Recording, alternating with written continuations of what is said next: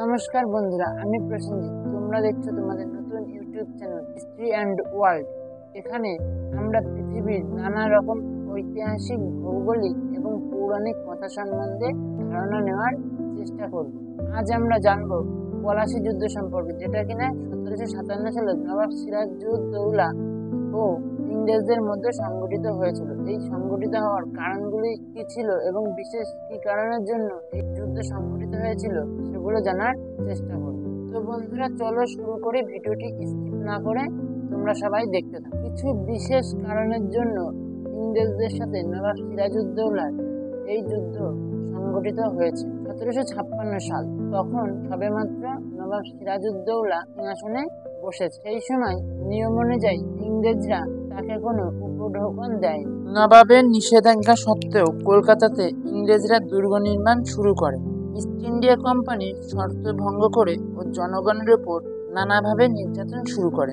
ইংরেজরা তাদের ব্যবসায়িক চুক্তি না মেনে ঔদ্ধত্যপূর্ণ আচরণ শুরু করে দেয়। ইংরেজরা ইচ্ছাকৃতভাবে নবাবকে খেপিয়ে তোলার জন্য অসামাজিক কাজ করেছিল, কারণ ইংরেজরা বুঝতে পেরেছিল যে ভারতীয় মানুষ খুব বেশি চালাক নয়, কিন্তু পুরো ভারতবর্ষ ছিল সে সময় আর্থিক দিক থেকে ও প্রাকৃতিক সম্পদ ও কৃষি সম্পদে ভীষণভাবে সমৃদ্ধশালী ও বিশেষ করে জলপথের ব্যবহারে বাংলার বন্দর ছিল খুবই উপযোগী। তাই তারা বাংলা তথা ভারতকে শাসন করার জন্য নানা উপায় খুঁজতে থাকে। সেই সময় বাংলার নতুন নবাব হয়ে সিংহাসনে বসেন সিরাজউদ্দৌলা।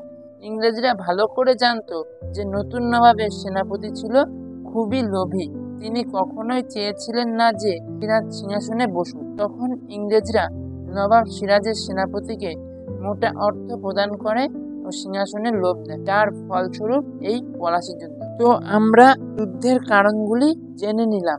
এখন তোমাদের সাথে এই পলাশী যুদ্ধ সম্পর্কে বিস্তারিত আলোচনা। তো চলো শুরু করি। ভিডিওটি স্কিপ না করে দেখো, নিশ্চয়ই ভালো লাগবে। ইংরেজরা 1757 সালের 12 জুন মুর্শিদাবাদের উদ্দেশ্যে রওনা হয়। চন্দননগর দুর্গে এসে দুর্গা রক্ষার জন্য কিছু সৈন্য রেখে অবশিষ্ট 13 জন সৈন্য নিয়ে যুদ্ধযাত্রা শুরু করেন। কলকাতা থেকে মুর্শিদাবাদ যাওয়ার পথে প্রায় 3500 সৈন্য নিয়ে পলাশী প্রান্তরে 22 জুন মধ্যরাতে রবার্ট ক্লাইভ লক্ষ্য নামক আমবাগানে এসে জমায়েত করেন। হুগলি, কাটোয়া দুর্গ, অগ্রদ্বীপের দুর্গে নবাবের সৈন্য থাকা সত্ত্বেও তাদের কোনরূপ বাধা দেয়নি। সুতরাং নবাব বুঝতে পারে যে তার সেনাপতিও এই ষড়যন্ত্রের সাথে যুক্ত আছে।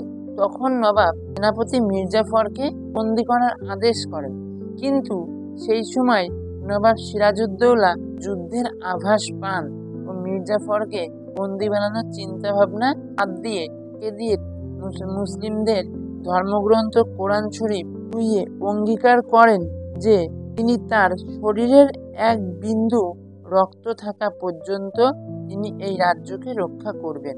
এরপর তিনি ফরাসি সেনাপতি সিন ফ্রাঙ্কে, মীর মদন ও মোহনলাল এবং রায়দুল্লাহ ইয়াল-লুতুফ খান মির্জাফরকে সেনা চালানোর দায়িত্ব দেন।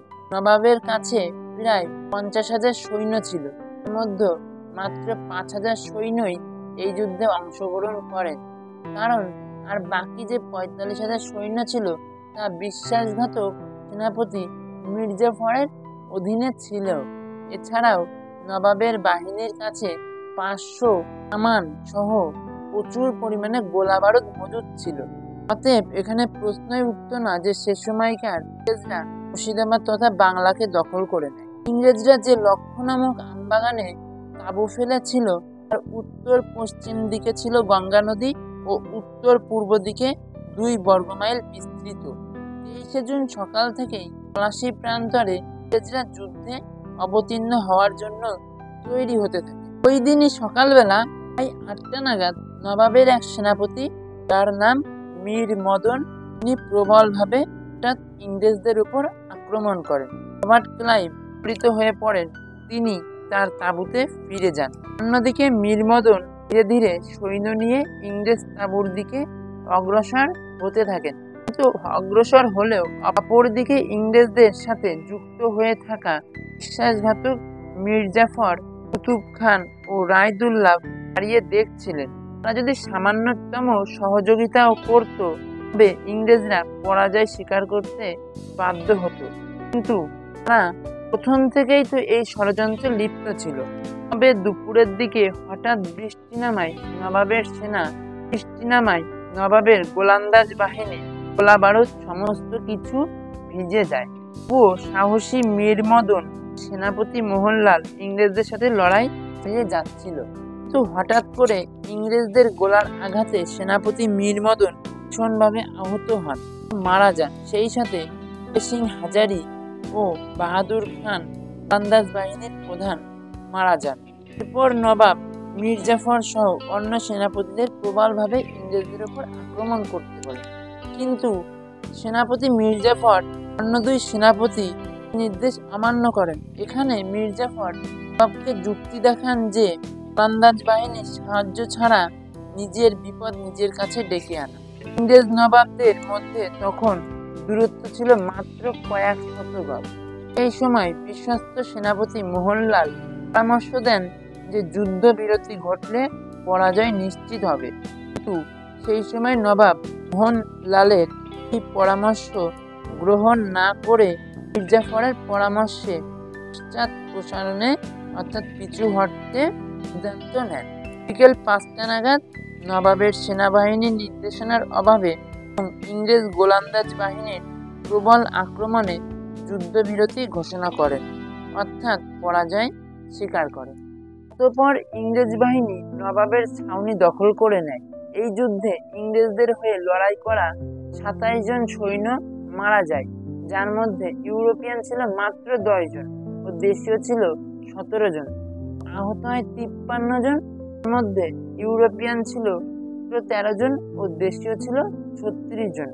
এখানে ইংরেজরা পুরোপুরি প্ল্যান করেন যে তাদের সৈন্যর যত ক্ষয়ক্ষতি কোনো উপায় না দেখে সিরাজউদ্দৌলা রাজধানী রক্ষার উদ্দেশ্যে 2000 সৈন্য নিয়ে মুর্শিদাবাদের উদ্দেশ্যে রওনা দেন।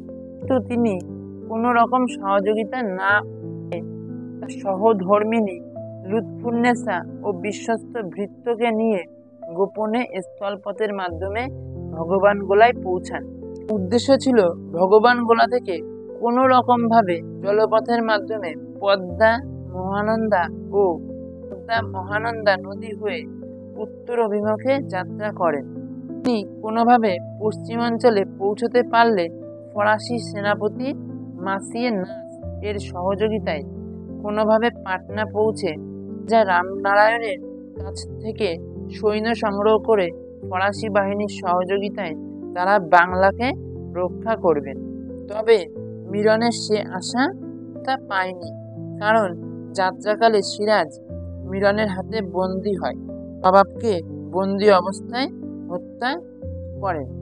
ভিডিওটি এই পর্যন্ত। ভিডিওটি ভালো লাগলে চ্যানেলটিকে লাইক এবং বেল বাটন টিপে সাবস্ক্রাইব অবশ্যই করবে, যাতে প্রত্যেক দিন তোমরা আগে ভিডিওটি পেতে পারো। এবং অন্য আরও কোনো ইতিহাস বা ভৌগোলিক দিক সম্পর্কে জানতে চাইলে কমেন্ট করতে পারো, আমি অবশ্যই উত্তর দেওয়ার চেষ্টা করব। নমস্কার।